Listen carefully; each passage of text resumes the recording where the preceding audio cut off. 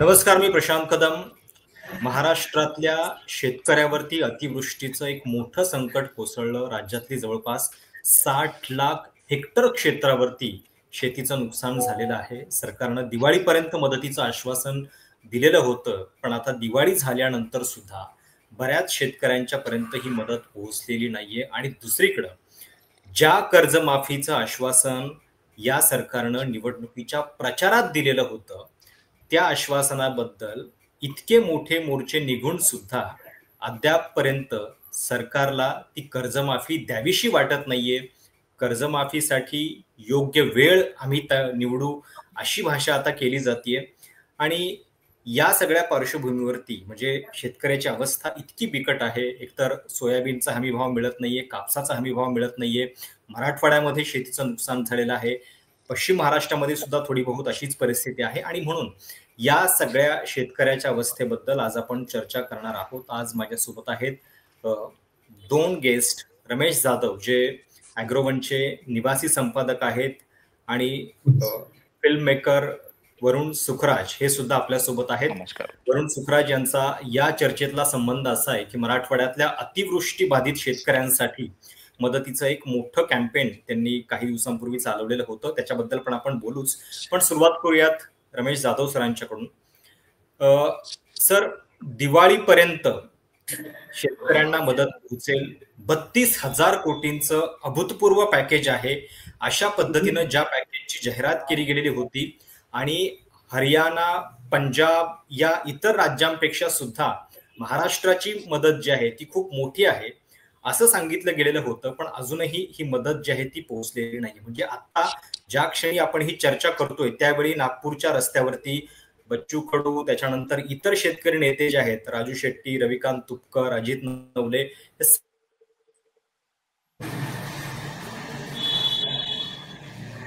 मदतीसाठी म्हणजे अजून ताटकळत राहावं लागतंय. काय नेमकं याच्याबद्दलचं वास्तव आहे? आपण पहिल्यांदा शेतकऱ्याच्या या पॅकेज बद्दल बोलूया. सगळ्यांना माहिती की सप्टेंबर मध्ये जी अतिवृष्टी झाली ते एक अभूतपूर्व संकट होतं, आणि त्या संकटाला तोंड देण्यासाठी म्हणजे हवामान बदलाच्या मालिकेचा एक भाग म्हणून आपण याकडे बघितलं पाहिजे. परंतु त्या संकटाला तोंड देण्यासाठी राज्य सरकारने ज्या प्रकारचं पॅकेज जाहीर केलं तर ते पंजाब आणि हरियाणापेक्षा आम्ही जास्त मदत दिली असं एक नॅरेटिव्ह सेट करायचं होतं. आणि ओव्हरऑल सगळा जो प्रयत्न बघितला तर हेडलाईन मॅनेजमेंटचा भाग होता. म्हणजे मग राज्य सरकार काय करतं तर आम्ही ह्याच्या आधी जाहीर केलं नाही इतकं मोठं म्हणजे विक्रमी पॅकेज जाहीर केलं, ह्याच्यावरती सगळा भर होता. ते पॅकेज होतं 32,000 कोटीचं. 32,000 कोटी ही रक्कम खूप मोठी वाटते, परंतु ऍक्च्युअली आधीच बजेटमध्ये ज्या स्कीमसाठी तरतूद केलेली होती अशा सगळ्यांची गोळाबेरीज करून ते 32,000 कोटीचा जो आकडा तो फुगवलेला होता. त्याच्याबद्दलचं विश्लेषण आम्ही पण केलं अॅग्रोवन मधून, आणि इतर अजित नवले वगैरे सारखे जे शेतकरी नेते आहेत त्यांनी सुद्धा याची अभ्यासपूर्ण मांडणी केली. त्याच्यामध्ये पीक विम्याचे जे काही पैसे आहेत ते त्याच्यामध्ये धरलेले होते. त्याच्याबरोबर रोजगार हमी योजनेमधून जी काही कामं होणार असतात त्याची काही रेग्युलर आपल्या प्लॅनचा भाग असतात ती सुद्धा त्याच्यामध्ये धरलेली होती. म्हणजे ज्या अस्तित्वात असलेल्या योजना आहेत त्याच्याची जी अर्थसंकल्पात केलेली तरतूद आहे ती आणि अतिवृष्टीसाठी केलेली मदत ह्यांची गोळाबेरीज करून ते 32,000 कोटींचं पॅकेज फुगवलेलं होतं. म्हणजे सगळ्यात पहिल्यांदा ही गोष्ट आपल्याला हायलाइट करायला पाहिजे की हे जे पॅकेज आहे ते खरोखर 32,000 कोटींचं नाही. ही पॅकेजची रक्कम जी आहे ती खूपच कमी आहे. परंतु ठीक आहे, आता ते अतिवृष्टी संकटच एवढं मोठं आहे की शेतकऱ्यांना आता त्या चर्चेमध्ये इंटरेस्ट नाही. त्यांना आता सगळ्यात महत्वाची गोष्ट काय आहे की आता तातडीने त्यांना पैसे पाहिजेत, त्यांना आर्थिक मदत तातडीने मिळण्याची गरज आहे. कारण आता हे संकट असं आहे की समजा ज्यावेळेस दुष्काळ पडतो किंवा ज्यावेळेस पेरणीच्या आधी हे संकट असतं त्यावेळेस शेतकऱ्याचा त्यावेळेस पण संकट असतं, परंतु खर्च झालेला नसतो. ह्यावेळेस असं झालं की पीक काढणीच्या वेळेस आलेले आहे, म्हणजे हार्वेस्टिंगला पीक आलेले आहेत आणि त्यावेळेस हे अतिवृष्टी झालेली आहे. त्यामुळे पूर्ण सीझन त्यांनी त्याच्यावर जो खर्च केलेला आहे, सोयाबीन सारखं नगदी पीक आपण घेतलं त्याच्यावर पूर्ण खर्च करून झालेला आहे, कापसाच्या पिकावर पूर्ण खर्च करून झालेला आहे, आणि नेमका हार्वेस्टिंगच्या वेळेस हा पाऊस पडला त्याच्यामुळे शेतकऱ्यांचं दुहेरी नुकसान झालं. एक तर त्याचा जो खर्च आहे तो वाया गेला, आणि दुसरे जे उत्पादन आहे ते अत्यंत तुटपून जर त्याच्या हातात येणार आहे. सोयाबीनचा जो हमी भाव आहे तर तो जर आता आपण बघितलं तर साधारण सरकारने जो डिक्लेअर केलेला हमी भाव आहे तो 5,328 रुपये क्विंटल आहे, आणि सध्या बाजारात जो रेट मिळतो तो 3,500च्या दरम्यान मिळतो. कापसाचे 3,500 ते 3,800 रुपये रेट मिळतो क्वालिटी प्रमाणे, मॉइश्चर प्रमाणे. आणि कापसाचा पण रेट जर आपण बघितलं तर हमी भाव आहे 8,110 आणि शेतकऱ्यांना मिळतो 7,000 रुपये. ही जी मुख्य पिकं आहेत सोयाबीन आणि कापूस याच्यावरती जवळपास 90% महाराष्ट्राचा जो खरीप पीक आहे त्याच्यावरती अवलंबून आहे. तर ह्या दोन प्रमुख पिकांची जर अशी अवस्था झालेली असेल तर मग ग्रामीण अर्थकारणामध्ये पैसे येणार नाही. याच्यामध्ये बरोबर. अतिवृष्टीची जी मदत केली त्याच्याबरोबर दुसरा निर्णय घ्यायला पाहिजे होता की दिवाळीच्या आधी हे शेतकऱ्यांना पैसे मिळतील याची व्यवस्था करायला पाहिजे होती. आणि दुसरं म्हणजे सोयाबीन आणि कापसाची जी खरेदी आहे ती दिवाळीच्या आधी सुरू करायला पाहिजे. बर. सरकारने ते केलं नाही. आता सर 30 ऑक्टोबरला आता नोंदणी सुरू होईल आणि त्याच्यानंतर मग 15 दिवसांनी खरेदी सुरुवात होईल. आणि दिवाळीच्या सणाच्या वेळेस कुणालाही पैसे लागतातच, त्याच्यामुळे डिस्ट्रेस सेल होतो आणि तो शेतकऱ्यांना मग जो मिळेल त्या भावामध्ये सोयाबीन विकावं लागलं त्याच्यामध्ये त्यांना मोठा फटका बसला. हे टाळता आलं असतं सरकारने जर हा पण निर्णय आधी घेतला असता. शेतकऱ्यांना मदत दिवाळीपर्यंत जाहीर करू हे जे सरकारचे शब्द होते त्याच्याबद्दलची स्थिती नेमकी काय? कारण अॅग्रोवननं सुद्धा त्याच्याबद्दलची एक बातमी छापलेली होती जी माझ्या वाचनात आली की किती शेतकऱ्यांना प्रत्यक्ष मदत मिळाली आणि किती शेतकरी वंचित राहिले. आता काल मंत्रालयामध्ये मंत्रिमंडळाची बैठक होती त्यावेळी म्हणजे जिल्हाधिकाऱ्यांच्या वरती त्याचं खापर सुद्धा फोडण्यात आलं की ते सुट्टीवर गेले. म्हणजे या सरकारचा एवढा वचक नाहीये की जिल्हाधिकारी त्यांना न जुमानता सुट्टीवर जात आहेत वगैरे. काय नेमकं त्याच्याबद्दलचं वास्तव? सुट्टीवर जात आहेत आणि ते सुट्टीवर मंत्रिमंडळाची बैठक उजाडायला लागते. या दोन्ही गोष्टी गंभीर आहेत ना. आणि हे मुख्यमंत्र्यांनी दिलेलं आश्वासन आहे की दिवाळीपूर्वी आम्ही तुमच्या खात्यामध्ये पैसे जमा करू. त्याच्या अर्थ काय आहे की त्यासाठी जी काही प्रोसेस आहे ती पूर्ण करणं हे प्रशासनाचं काम आहे. त्याच्यामुळे त्या प्रकारचं कॉर्डिनेशन किंवा अंमलबजावणी व्हायला पाहिजे, ती झालेली दिसत नाही. दुसरं याच्यामधली गोष्ट आहे की आम्ही 22 तारखेला ती बातमी प्रकाशित केलेली होती म्हणजे लक्ष्मीपूजन झाल्यानंतरच्या दिवशी की आतापर्यंत किती शेतकऱ्यांना पैसे मिळाले. पॅकेज समजा 31,000-32,000 कोटींचा असेल तर लक्ष्मीपूजन झालं त्या दिवशीपर्यंत केवळ 5,000 कोटी रुपये आसपास ते पैसे जमा झालेले होते. आणि ह्याच्यामध्ये 5,000 कोटी. आणि आता जर मुख्यमंत्र्यांनी स्वतः सांगितलेलं आहे कालच्या मंत्रिमंडळ बैठकीनंतर की आतापर्यंत एकूण 8,000 कोटी रुपयांच्या आसपास रक्कम जमा झाली. हे मुख्यमंत्र्यांचं अधिकृत स्टेटमेंट आहे. त्याच्यानंतर प्रॉब्लेम होते जरा पुन्हा एकदा मदतीबद्दलचे आकडे सांगा. म्हणजे 5,000 कोटींपर्यंत कळालं त्याच्या पुढे लक्ष्मीपूजन ज्यावेळेस झालं त्या दिवशीपर्यंत 5,000 कोटी रुपयांची रक्कम शेतकऱ्यांच्या खात्यामध्ये जमा झालेली होती. पॅकेज जाहीर झालं होतं 31,000 कोटींचं किंवा 32,000 कोटींचं. आणि आता काल मुख्यमंत्र्यांनी स्वतः अधिकृत स्टेटमेंट केलेलं आहे की आतापर्यंत 8,000 कोटी रुपये शेतकऱ्यांच्या अकाउंटमध्ये जमा झाले आणि इथून पुढच्या टप्प्यामध्ये बाकीचे पैसे जमा होतील. याचा अर्थ मुख्यमंत्र्यांनी हे कबूल केलेलं आहे अप्रत्यक्षरित्या की दिवाळीच्या आधी शेतकऱ्यांच्या खात्यामध्ये पैसे जमा झालेले नाही. ह्याच्यात दुसरा जो विषय होता की जिल्हाधिकारी सुट्टीवरती गेली. आता हे तर म्हणजे इतका डिसऑर्डर म्हणायला पाहिजे की प्रशासनाचा म्हणजे मुख्यमंत्र्याचा किंवा सरकारचा जिल्हाधिकाऱ्यांवरती बसक नाहीये का. मी माझ्या फेसबुक पोस्टवरती पण लिहिले की असं वाटायला लागलं की मंत्री आणि मुख्यमंत्र्यापेक्षा कलेक्टर पॉवरफुल आहे. कारण इतकं अभूतपूर्व संकट आहे म्हणजे ज्यावेळेस आपल्याला एखादी भूकंप होतो सुनामी होतो अशा प्रकारचं ते संकट आहे. आणि अशा काळामध्ये इतक्या कोडगेपणाने प्रशासन व्यवस्था चालत असेल आणि त्याची दखलच घेतली जात नसेल म्हणजे हे कळायला जिल्हाधिकारी सुट्टीवर गेले त्याच्यामुळे पैसे जमा झाले नाही हे कधी कळालं तर मंत्रिमंडळ बैठकीमध्ये काही मंत्र्यांनी तिन्ही पक्षाच्या मंत्र्यांनी हा मुद्दा उपस्थित केला त्याच्याबद्दल तक्रारी केली. त्याच्यानंतर मुख्यमंत्र्यांनी मुख्य सचिवांना खडे बोल सुनावं. आता मुख्य सचिव आता प्रशासन व्यवस्थेचा प्रमुख असतो त्यांना आतापर्यंत माहितच नव्हतं की अशा प्रकारे पद्धत चालू आहे. ज्यावेळेस मुख्यमंत्री काय धोरणात्मक निर्णय जाहीर करतात त्याची अंमलबजावणी करण्याचं काम हे प्रशासनाचं असतं. प्रशासनाचे प्रमुख म्हणून मुख्य सचिवांची ती जबाबदारी असते. आता मुख्यमंत्र्यांनंतर मंत्रिमंडळ बैठकीमध्ये मुख्य सचिवांची काय जबाबदारी आहे हे सांगायची वेळ येत असेल तर प्रशासन काय पद्धतीने काम करतंय याच्यावरती प्रकाश. बरोबर. वरून ज्यावेळी आपण ही चर्चा करतोय त्यावेळी महाराष्ट्रातल्या एका पट्ट्यातला अस्वस्थ शेतकरी मोर्चा घेऊन नागपूरमध्ये धडकलेला आहे आणि कर्जमाफीची म्हणजे जे सरकारनं आश्वासन दिलेलं आहे त्याच्याबद्दलचीच मागणी त्याच शब्दांची पुन्हा आठवण सरकारला करून दिली जाते.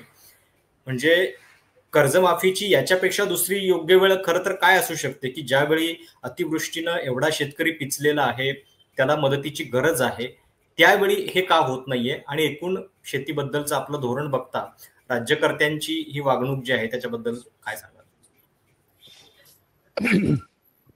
मला असं वाटतं प्रशांत की आत्तापर्यंत शेतकऱ्यांवर ज्या ज्या पद्धतीची संकटं आलेली आहेत, अनेकदा आलेली आहेत दुष्काळाची किंवा ह्या वेळच्या संकटात एक गोष्ट जी प्रकर्षाने जाणवते ह्या पूर्ण परिस्थितीमध्ये ती म्हणजे आपल्या मनातली कणव पूर्णपणे संपली आहे की काय, समाज म्हणून, सरकार म्हणून, व्यवस्था म्हणून, अशी परिस्थिती आत्ता बघायला मिळते. म्हणजे आत्ता जसं रमेश सरांनी सांगितलं त्या पद्धतीने की जिल्हाधिकारी सुट्टीवर गेलेत आणि हे झालंय. आपण माणूस म्हणूनच काय पद्धतीला किती खालच्या दर्जाला गेलेलो आहोत, एक समाज म्हणून, एक व्यवस्था म्हणून, ह्याची रोज उदाहरणं या निमित्ताने बघायला मिळतात. ह्याचं पहिलं उदाहरण असं आहे की मुळात अशा प्रकारचं भयंकर संकट महाराष्ट्रावर आलंय, ह्या गोष्टीलाच वाचा फोडण्याचं काम माध्यमांनी व्यवस्थित केलेलं नाहीये. म्हणजे आजकाल हा एक नवीन पॅटर्न आपल्याकडे तयार झालाय की संकटाच्या विषयी बोलणं म्हणजे सरकार विरोधात बोलणं, अशा अशा पद्धतीचं एक नवीन मानसिकता तयार झाली आहे. मला आठवतंय ह्या संपूर्ण दिवाळीच्या दरम्यान मी 2 किंवा 3 महत्वाचे महाराष्ट्रातले सोशल फिगर्स ज्यांना आपण म्हणतो ते ते वगळता कुणीही याविषयी चर्चा करत नाहीये, वाच्यता करत नाहीये. माझं म्हणणं असं आहे की आम्ही ह्यावेळी माझा मित्र विनायक हेगाणा त्यांनी शिवार हेल्पलाईन म्हणून पुण्यातून आपण ऑपरेट करतोय. शिवार हेल्पलाईनला खूप सारे फोन येतात आणि हे सगळे डिस्ट्रेस कॉल आहेत. यातले काही डिस्ट्रेस कॉल जर आपण ऐकले प्रशांत जे आमच्याकडे आहेत, तर आपल्याला लक्षात येतं की ही परिस्थिती किती भयंकर आहे. ₹1,000, ₹500, ₹1,500, ₹2,000 शेतकरी आज आत्महत्या करायला निघालेला आहे. परवाची गोष्ट मी सांगतो म्हणजे आपल्याला ही जी शासकीय किंवा प्रशासकीय हा जो काही एक निगरगट्टपणा आहे तो किती कुठल्या थराला पोहोचलाय. एका शेतकऱ्याचा फोन असा आला होता की त्याची केळीची बाग होती, ते सगळं तर भिजून गेलं सगळं. जे काही उरलं सुरलं घेऊन तो बाजारात विकायला चाललेला, तिथे ट्रॅफिक हवालदाराने त्याला थांबवलं आणि ₹5,000 त्याच्याकडून मागितले. बापरे. आणि तो त्यांनी हे सांगायला केवळ फोन केला की मी हे सांगून आता लटकणार आहे. मला फक्त तुम्हाला हे सांगायचंय की माझ्याशी असं वागलं जातंय ह्या राज्यामध्ये. आज तुमची ही परिस्थिती आहे. असे कितीतरी डिस्ट्रेस कॉल प्रशांत आम्ही ह्या काळामध्ये ऐकतोय. यावेळी दिवाळीत आम्ही आवाहन करत होतो. त्याच्या आधी सुद्धा मी व्हिडिओ केले होते. आम्ही सतत हे सांगतोय की ही अभूतपूर्व परिस्थिती आहे. दुष्काळाचा सामना करण्याची तयारी किंवा मानसिक अनुभव ज्या भागाला असतो त्याला अतिवृष्टीची चा सामना करण्याची तेवढी नसते. त्यामुळे त्यांच्या समोरचं संकट हे फार वेगळ्या पद्धतीचं आहे. बरोबर. सणावारी आता परवा आपण बघितलं, मला वाटतं पाचगडमध्ये एका शेतकऱ्याने मुलांना दिवाळीला कपडे घेता येत नाहीत म्हणून आत्महत्या केली आहे. ह्या स्तराला आज आपण समाज आणि शासन म्हणून पोहोचलोय. अशा वेळी केवळ आकड्यांचं, त्यावेळी सुद्धा मी हे म्हणालो होतो ज्यावेळी हे पॅकेज जाहीर झालं, तर याचं कारण दुसऱ्या दिवशी विमानतळाचं उद्घाटन होतं. त्या विमानतळाच्या उद्घाटनाच्या आदल्या दिवशी बरोबर संध्याकाळी हे पॅकेज जाहीर झालं. आपल्याला जर लक्षात आलं असेल तर की त्या त्या ह्याच्यामध्ये कुठल्याही प्रकारची अडचण येऊ नये. त्या विमानतळाच्या उद्घाटनादरम्यान किंवा ह्या सर्व चर्चेदरम्यान, भाषणादरम्यान मला नाही वाटत आपल्या पंतप्रधानांकडून ह्या सगळ्याची वाच्यता देखील करण्यात आली. आपण महाराष्ट्रामध्ये महाराष्ट्राचा एवढा मोठा काही लाख हेक्टर कशाला म्हणतात प्रशांत, ज्यावेळी जमीनच खरवडून गेली आहे.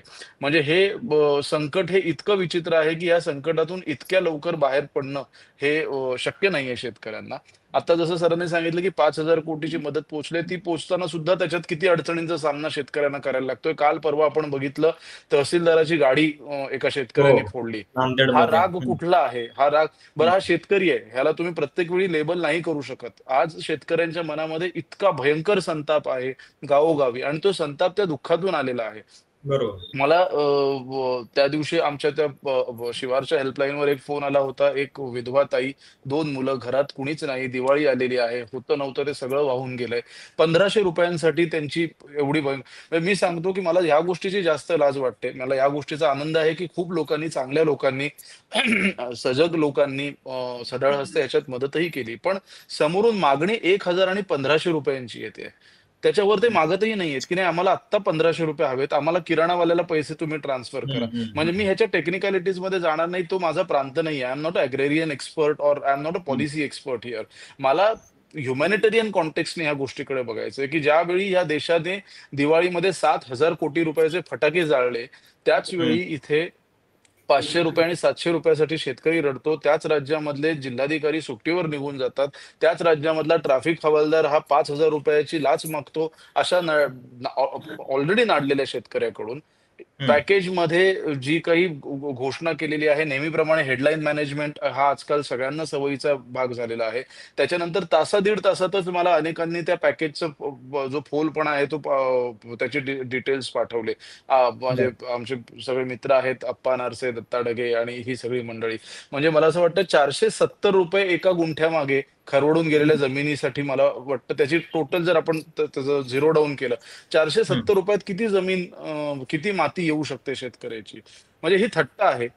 खरं हा निव्वळ फार्स आहे आणि बरोबर. त्याच्यामुळे हा जो राग आहे तो दिसतोय. म्हणजे इतकी तो राग छोटी आणि साधी प्रशासनावर माफक आहे, अपेक्षा सरकारवर आहे आणि समाजावरही शेतकऱ्याची आहे. आणि ती सुद्धा पूर्ण करण्यामध्ये प्रशांत सरकार आवाज नाही अपयशी येत आहे. ठरत आहे. प्रशांत आवाज येत नाही. हॅलो हॅलो, माझा आवाज येतोय? हा, येतोय ना? ओके.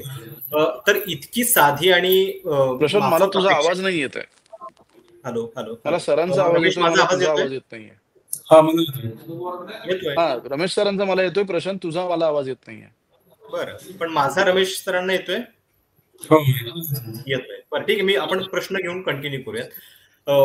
म्हणजे इतकी साधी आणि माफक अपेक्षा शेतकऱ्याची आहे, पण तरी नाही सुद्धा प्रशांत. म्हणजे त्याच्याबद्दल सरकार काही करू शकत नाहीये. आता या क्षणाला कर्जमाफीची सुद्धा मागणी पुन्हा एकदा नागपूरमध्ये होताना दिसतेय. त्याच्यामध्ये पण म्हणजे बरीच वैशिष्ट्य आहेत त्या मोर्चाची, की बऱ्याच दिवसांनी सगळे शेतकरी नेते आपल्याला एकत्रित दिसत आहेत. तर कर्जमाफीबद्दल नेमकं काय आहे, की या सरकारनं निवडणुकीमध्ये आश्वासन दिलेलं होतं. या सरकारचेच नेते सातबारा कोरा करू असं सांगत होते. म्हणजे मला कमाल वाटते, की त्यावेळी योग्य वेळी कर्जमाफी करू असं आश्वासन सरकारचं नव्हतं, पण आता त्याची आठवण करून दिली जाते, की आम्ही योग्य वेळी करू म्हणून. 5 वर्षामध्ये एकदाच करता येते. एकदा एक्झॉस्ट झाली सरकारची तिजोरी, की पुन्हा ती भरणं शक्य नाहीये वगैरे अशी भाषा केली जाते. आणि अजित पवार तर त्याच्याबद्दलचं सगळं अर्थशास्त्र समजावून सांगतायत, की 43,000 कोटी लाडक्या बहिणीवर खर्च होत आहेत. 23,000 कोटी आपले जे आहेत ते इतर फंड जे आहेत, मला वाटतं बाकी सगळ्या योजनांचे त्याच्यावरती खर्च होत आहेत, त्यामुळे ती आता आपल्याला देता येत नाही वगैरे वगैरे. तर निवडणुकीत केलेली ही आश्वासनाची भाषा इतक्या लवकर सरकार का विसरले?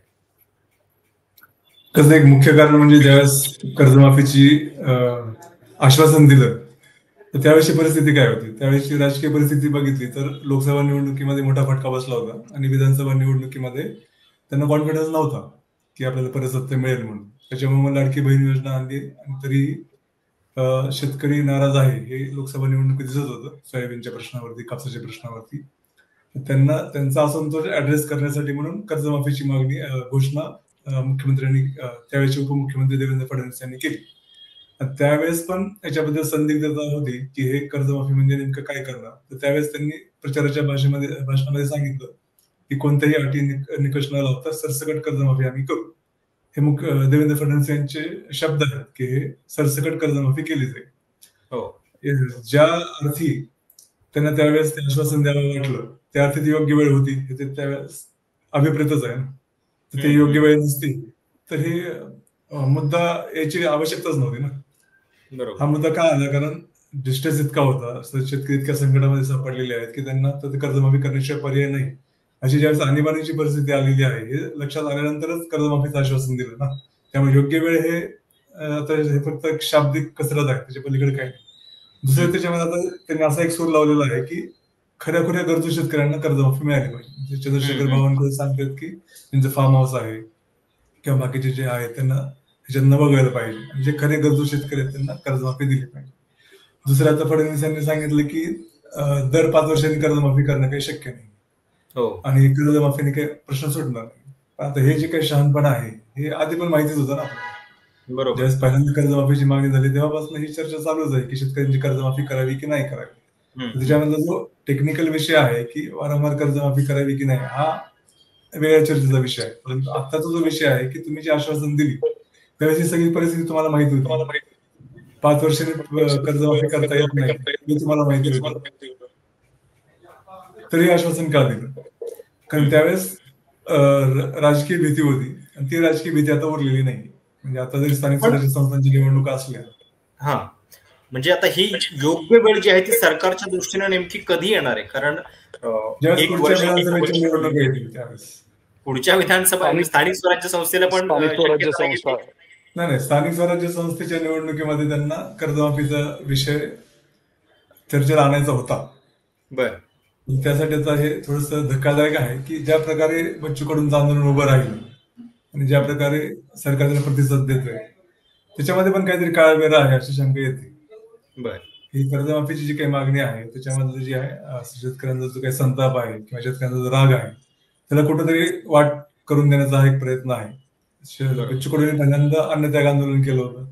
ते आंदोलन मागे घेतलं, सरकारने जी काही आश्वासनं दिली ती आश्वासनं काय होती, त्यामध्ये एकही ठोस आश्वासन नव्हतं. तरी ते आंदोलन मागे का घेण्यात आलं आणि आता अचानक ते आंदोलन परत का उभं राहतंय. म्हणजे बच्चू कडूंच्या हेतूबद्दल शंका नाही. बच्चू बरोबर. कडू हे पहिल्यापासून ज्यावेळेस ते मंत्री नव्हते, फक्त आमदार होते, हम्म. तेव्हापासून शेतकऱ्यांच्या प्रश्नावरती ते विधानसभेमध्ये आवाज उठवत आहे आणि शेतकऱ्यांच्या प्रश्नाची जी काही नेमकी जाण असायला पाहिजे ती त्यांना आहे.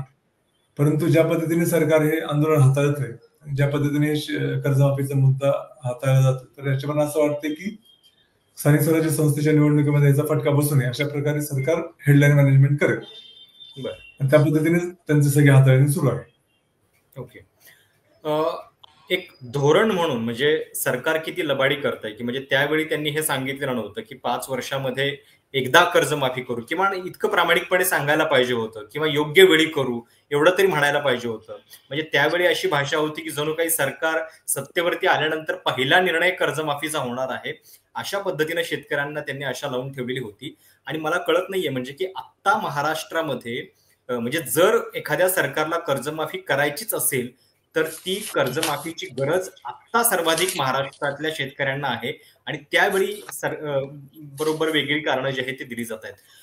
वरून नाही, एक याच्यामधला एक हा. प्रशांत, याच्यामधला एक मुद्दा मी फक्त हायलाईट करतो की आता अतिवृष्टीचं संकट आलेलं आहे आणि अतिवृष्टीच्या संकटामुळे कर्जमाफीची जी गरज आहे ती जास्त वाढली की कमी होईल. परंतु मुख्यमंत्र्यांनी आताच पुण्यामध्ये एक स्टेटमेंट केली की आता अतिवृष्टी आहे, आता अतिवृष्टीमध्ये बर. शेतकऱ्यांना मदत मिळणं जास्त गरजेचं आहे आणि जर बर. कर्जमाफी केली तर ते पैसे बँकेला मिळणार, ते काही शेतकऱ्यांना ओके. मिळणार नाही. त्याच्यामुळे मग आता तुम्ही निर्णय घ्या की बाबा शेतकऱ्यांना मदत करण्याला प्रायोरिटी दिली पाहिजे की बँकांना पैसे देण्याला प्रायोरिटी. हा नाही, बुद्धिभ्रम आहे. मुख्यमंत्री हे उत्कृष्ट वकील आहेत. म्हणजे कुठलीही गोष्ट जी आहे ती आपल्या बाजूने कशी सांगायची. आणि अजित पवारांच्या बाबतीत तर मी बघतोय की म्हणजे प्रचारामध्ये आपण एकदाही कर्जमाफी बोललोच नाही अशी हो. भाषा ते आता करतायत. आणि म्हणजे पूर्ण अर्थशास्त्र, म्हणजे इतकं सुंदर अर्थशास्त्र समजावून सांगतायत की पुढच्या वेळी कदाचित नोबेलचा विचार म्हणजे त्यांचा होऊ शकेल, इतक्या सुंदर पद्धतीने सांगतायत ते अर्थशास्त्र. त्यावेळी कळलं नव्हतं म्हणजे निवडणुकीमध्ये. पण वरून ही जी अनास्था आहे एकूणच सरकारी धोरणांमधली, आणि पुन्हा महाराष्ट्रातल्या शेतकरी आत्महत्या देशामध्ये सर्वाधिक, रोज मला वाटतं 8 शेतकरी आत्महत्या करतायत आजही, ही आपली आकडेवारी सांगते. का म्हणजे की 2025 मध्ये आपण आहोत आणि इतकं प्रगत राष्ट्र आपण म्हणतो महाराष्ट्र आहे, वेगवेगळ्या गोष्टींमध्ये आपण आघाडीवरती आहोत, पण शेतकऱ्याची वेळ आल्यानंतर धोरणामध्ये इतकी अनास्था कुठून? मला असं वाटतं ना प्रशांत, हे आत्ता मगाशी जे आपण म्हणालो, की आपले मुख्यमंत्री वकिलासारखे बोलतात. म्हणजे पूर्वी असं होतं, की राज्याचे नेते, राज्याचं नेतृत्व करणारी मंडळी ही शेतकऱ्यांसाठी म्हणजे आशास्थान असायची, की आमचे म्हणजे बघा शेती हा सुद्धा एक व्यवसाय आहे. ते काही कुणालाही त्याच्यात की मला माझं कर्ज माफ करून द्या किंवा मला मदत करा असं म्हणायला कुठल्याही स्वाभिमानी माणसाला आवडत नाही. शेतकऱ्यालाही ते आवडत नाही. पण बरोबर. अशी ज्यावेळी परिस्थिती येते, त्यावेळी तुम्ही आमच्यासोबत उभं राहणं अपेक्षित असतं म्हणून हे सगळं ही सगळी मागणी जोर धरते. आत्ता परिस्थिती अशी आहे, की आम्ही आमच्या नेत्यांकडे मागणी करतोय, की आम्ही पक्षकार आहोत आणि 2 जण आम्ही कोर्टात एकमेकांच्या समोर उभे आहोत आणि ते त्यांची बाजू सांगतायत आणि आम्ही आमची बाजू सांगतोय. हे जास्त भीषण चित्र आहे. हे चित्र बरोबर. आपल्यावरच इतक्या भयानक पद्धतीने उलटू शकतं उद्या. आणि आज हा जो काही रोष आहे, हा जो काही राग आहे, त्याच्यामध्ये ही अनास्था हे मुख्य कारण आहे. आता ह्यांनी पुन्हा बुद्धिभेद करणं, शब्दच्छल करणं हे सुरुवातीपासूनचं म्हणजे त्यांच्या हातातली सगळ्यात मोठं वेपन राहिलेलं आहे, सगळ्यात मोठं हत्यार आहे. आजही तेच चालू आहे. माझा मुद्दा असा आहे, की जो रोकडा सवाल आहे जमिनीवरचा, रोकडा सवाल आहे घर चालण्याचा, शेतीतला झालेल्या थेट नुकसानाचा, त्याच्याविषयी आपण काय चर्चा करतोय त्याच्याविषयी सरकार काय म्हणते. म्हणजे तुम्ही आम्हाला सगळं मध्यंतरी तर मुख्यमंत्री ओला दुष्काळ हा शब्द सुद्धा वापरायला तयार नव्हते, जेव्हा हो. की ते स्वतः पूर्वी तो शब्द ओरडून ओरडून वापरत होते, हे आपण सगळ्यांनी बरोबर. बघितलेलं आहे.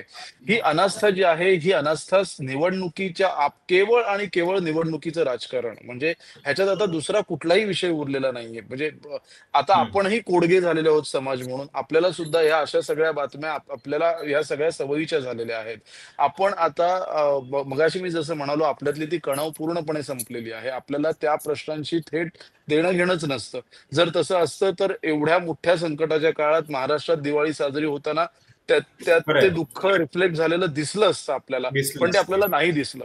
आणि आणि ह्याची राजकारण्यांनाही खात्री आहे की हा समाज ज्याच्यावर आम्ही आता राज्य करतोय तो सुद्धा अशाच प्रकारे बरोबर. अनास्थेने भरलेला समाज आहे.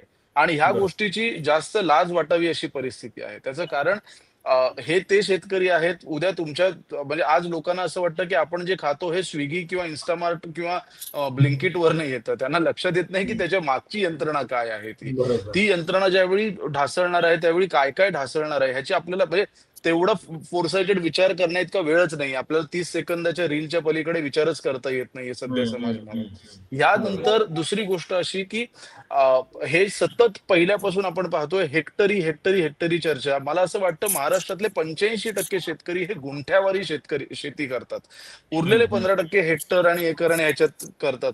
हे सगळे आकडे आपण गुंठ्यांवर नेले ना तर ही थट्टा ठरते पूर्णपणे. जे काही आकडे आपण आपण ऐकतोय ते सुद्धा पूर्ण झालेले नाहीयेत. म्हणजे ती बरोबर. थट्टा तरी तुम्ही किमान फॉलो केली पाहिजे होती, किमान तुम्ही त्याचा तरी काहीतरी एक हे ठेवायला पाहिजे होता. पंचनामे ज्यावेळी होत होते, मी गावागावातल्या माझ्या मित्रांशी त्यावेळी बोलत होतो, शेतकऱ्यांशी बोलत होतो. हम्म. ज्यावेळी पंचनामे होत होते त्यावेळची एक गंमत अशी गावांमध्ये घडत होती की पंचनामा करायला ज्यावेळी अधिकारी येतो तर तो तुमचं हम्म. घर बघतो, अरे घर तर तुमचं स्वच्छ दिसतंय. घरातली बाई म्हणते, अहो पूर येऊन गेलेला 6 दिवस झाले, 7 दिवस झाले, 7 दिवस आम्ही चिखलात राहावं अशी तुमची अपेक्षा आहे. हम्म. हम्म. हम्म. म्हणजे हम्म. ही ही सुद्धा किती कॉम्प्लेक्स गोष्ट बरोबर. आहे. म्हणजे तुमची अपेक्षा काय की 7 दिवस आम्ही आमचं घर स्वच्छच नाही करायचं. गुरं आम्ही वाहून गेलेली पाहिजे तेव्हा आहेत. पंचनामा करू, तुम्ही तुमच्या तशाच अवस्थेमध्ये राहा, तशाच थोडक्यात अवस्थेत अशी. राहा असं कसं बरोबर. शक्य आहे बरं. हम्म. ह्याच्यात घरं आहेत, गोठे आहेत, सगळंच आहे हम्म. की. म्हणजे खरंय. त्यांचं म्हणणं असं की अरे हे इथे तर सगळं मला स्वच्छ दिसतंय, इथे काय बरोबर. एवढं मला नुकसान दिसत नाही. कुठलाही हम्म. माणूस झालेलं नुकसान दुसऱ्या दिवशी सगळ्यांना जगाला दाखवायला ठेवणार आहे का? आपण हम्म. आकडेवारी सिस्टीम ह्या सगळ्या गोष्टी जरी केल्या तरी शेवटी आपण माणसांशी संबंधित हे सगळे व्यवहार खरंय. आहेत. त्याच्यात मानवी भावनांचा, कुटुंब व्यवस्थेचा, आपल्या इथल्या सांस्कृतिक व्यवस्थेचा एक फार मोठा हे आहे. आज दिवाळीच्या वेळी बरोबर. मी ज्यावेळी सतत आवाहन करत होतो त्याचं कारण अशा काळामध्ये डिस्ट्रेस जास्त वाढतो. ज्यावेळी मी दुःखात आहे आणि सगळीकडे झगमगाट चालू आहे. ज्यावेळी बरोबर. शेजारी तेव्हा ते गोडधोड दुःख बनते आणि जास्त माझ्याकडे चहाला जाणवायला सुद्धा लागतं. जिन्नस नाहीये. अशा वेळी तो बरोबर. डिस्ट्रेस वाढत जातो. अशा वेळी खरंय. खरं तर प्रोएक्टिव्हली सरकारनी या सगळ्या गोष्टींकडे लक्ष द्यायला हवं होतं. त्याच्यामध्ये लगेचच काहीतरी मदत म्हणजे हे सगळं पुढचं झालं म्हणजे त्याचे पंचनामे आणि हे सगळं आत्ता लगेच हा शेतकरी जगला पाहिजे. हम्म. आत्ता हम्म. लगेच ही हम्म. लोकं त्यांची कुटुंब उभी राहिली पाहिजेत. हे आपल्याला वाटत नाही का? आणि ते जर वाटत नसेल तर मला वाटतं प्रशांत आत्ताच्या इतकी दुर्दैवी परिस्थिती महाराष्ट्रातल्या शेतकऱ्यांची कधीही इतिहासात नव्हती.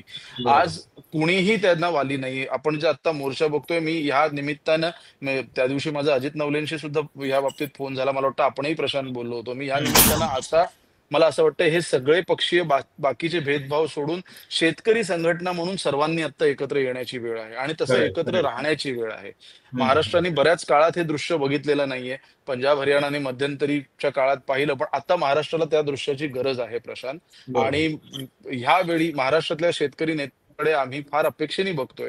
आणि ह्याच्यामध्ये पुन्हा मी काही सरकार किंवा ह्याच्यातला टेक्निकल अनालिसिस करणारा माणूस नाहीये. पण एक नागरिक म्हणून मला माझ्या बरोबर. राज्यातल्या इतर नागरिकांची जी परिस्थिती आहे ती अशा पद्धतीची बघवत नाही आणि मला असं वाटतं की सरकारकडून मी अपेक्षा केव्हाच सोडलेल्या आहेत.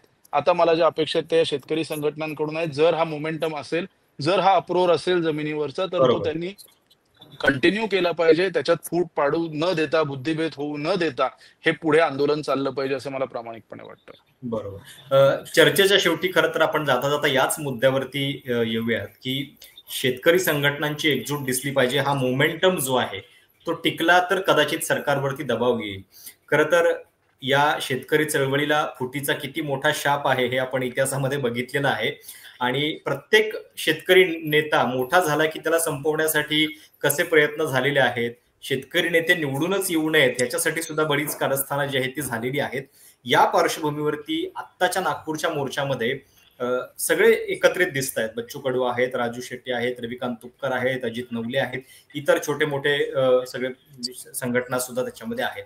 तर रमेश सर, काय नेमकं या सगळ्याबद्दल वाटतंय की आता दिवाळीच्या बद्दल तर आपण बोललो की मदत तोपर्यंत पोहोचलेली नाहीये, या मुद्द्यावरती आणि पुन्हा कर्जमाफीची सरकारचीच आश्वासनं सरकारला पूर्ण करण्यासाठी जो दबाव टाकावा लागणार आहे, काय नेमकी पावलं टाकावी लागणार आहेत शेतकरी संघटना? बच्चू कडूंनी जे काही आता आंदोलन केले त्याची तयारी खूप दिवसापासून चालू होती आणि त्यांचा प्रयत्न असा होता की सगळ्या शेतकरी संघटनांनी ह्या किमान सामायिक कार्यक्रमावरती एकत्र येऊन ह्या आंदोलनामध्ये उतरलं पाहिजे. त्यांनी 2 महिन्यापूर्वी पुण्यामध्ये शेतकरी हक्क परिषद पण घेतली होती, त्याच्यामध्ये मी पण गेलेलो होतो. तिथं पण एकंदर चर्चा सार असाच होतं की आपल्यामध्ये काही मतभेदाचे जे मुद्दे आहेत ते थोडे बाजूला ठेवून जी कर्जमाफीची मागणी आहे आणि बाकीच्या ज्या काही कॉमन मागण्या आहेत ज्याच्यावर सगळ्यांचं एकमत आहे त्या मागण्यांसाठी आपण लढा उभारू. आणि त्याच्याच मग पुढे आणखी काही मिटिंगा झाल्या आणि त्याच्यानंतर मग नागपूरचं आंदोलन सुरू झालेलं आहे.